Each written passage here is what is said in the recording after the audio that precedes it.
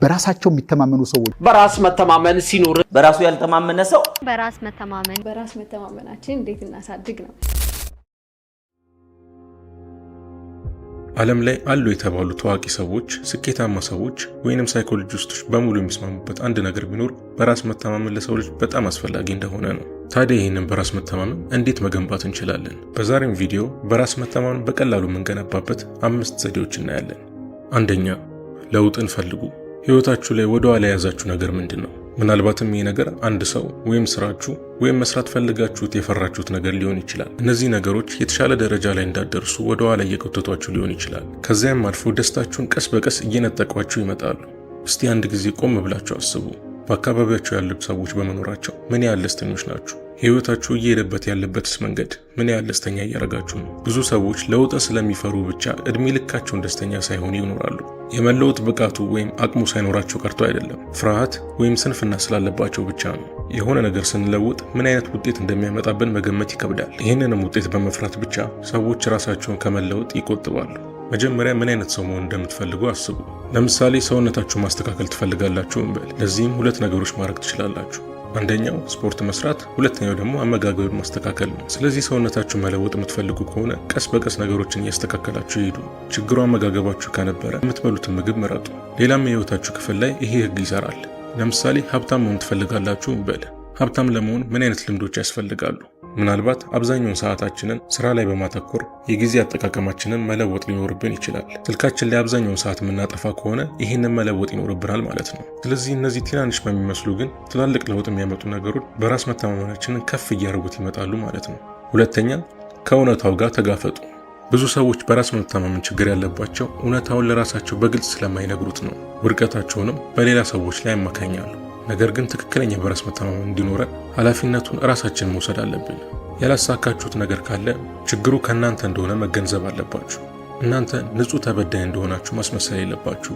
ብትሆኑ ራሱ በራስ መተማመናችሁ ላይ የሚጨምረው ነገር የለም። ምንም አይነት ስኬትም እንድታሳኩ አይጠቅማችሁም። ይልቁንስ እድገት እንዳይኖራችሁን የሚያደርጋችሁ። ስለዚህ እውነታውን በግልጽ ተጋፈጡት። የሆነ ስራ መስራት ፈልጋችሁ እስከዛሬ ያልሰራችሁት ከሆነ ምናልባትም እስከዛሬ እያቀረባችሁት የነበረው ምክንያት ሳይሆን ሰበብ እንደነበር አስተውሉ።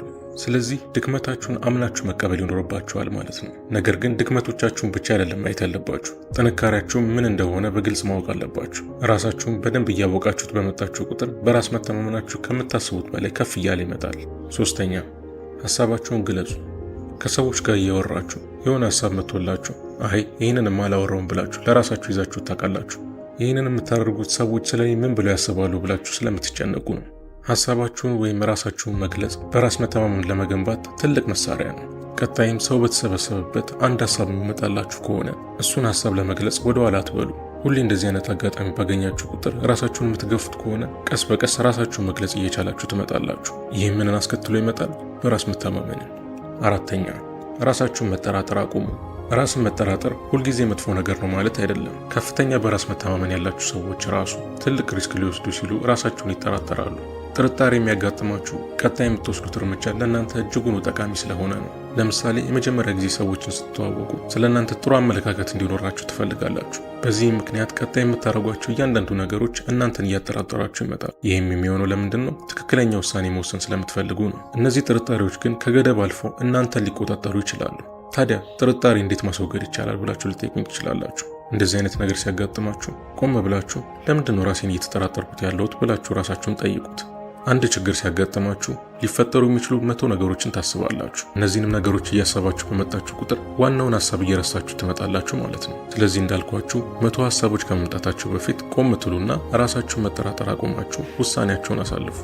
አምስተኛ፣ የራሳችሁ አሸናፊ ሁኑ። ዝቅተኛ በራስ መተማመን ያላችሁ ሰዎች ለራሳችሁ የሚነግሩት ነገር ብዙ ጊዜ አሉታዊ ወይም ኔጌቲቭ ነው። ለራሳችሁ የምትነግሩት ነገር የምታመጡት ውጤት ላይ ከፍተኛ ሚና አለው። ብዙ ጊዜ ስኬታማ የምንላችሁ ሰዎች ስለ ራሳቸው ከፍ አድርገው ሲያወሩ እየጎረሩ ሊመስለን ይችላል። ነገር ግን እንደዛ የሚያደርጉት በራስ መተማመናቸው ላይ ምን ያህል ከፍተኛ ለውጥ እንዳለው ስለሚያውቁ ነው። የእግር ኳስ ተከታታይ ከሆናችሁ ዘላታን ኢብራሂሞቪች የሚባለውን ተጫዋች ታውቁታላችሁ ብዬ አስባለሁ። ይህም ተጫዋች ከእግር ኳሳዊ ችሎታው ባሻገር በሚያደርጋቸው ቃለ መጠይቆች ከፍተኛ ትኩረትን ይስባል። ሁሌም ሲጠየቅ የዓለም ምርጡ ተጫዋች እኔ ነኝ፣ ከኔ የተሻለ ተጫዋች የለም ብሎ ነው የሚመልሰው። እናንተም ይህን ተጫዋች አይታችሁ ምን አይነት ጉረኛ ነው ልትሉት ትችላላችሁ። ነገር ግን እሱ እንደዚህ በማለቱ ብቻ በራስ መተማመን ከፍ እያደረገ ነው። ስለዚህ እናንተም በራስ መተማመናችሁን ከፍ ማድረግ የምትፈልጉ ከሆነ ለራሳችሁ ማድረግ የምትፈልጉትን ነገር ማድረግ እንደምትችሉ መንገር አለባችሁ። የራሳችሁ አሸናፊ ራሳችሁ ስትሆኑ ምንም ነገር ሊበግራችሁ አይችልም። ስለተከታተላችሁኝ አመሰግናለሁ። መልካም ቀን ይሁንላችሁ።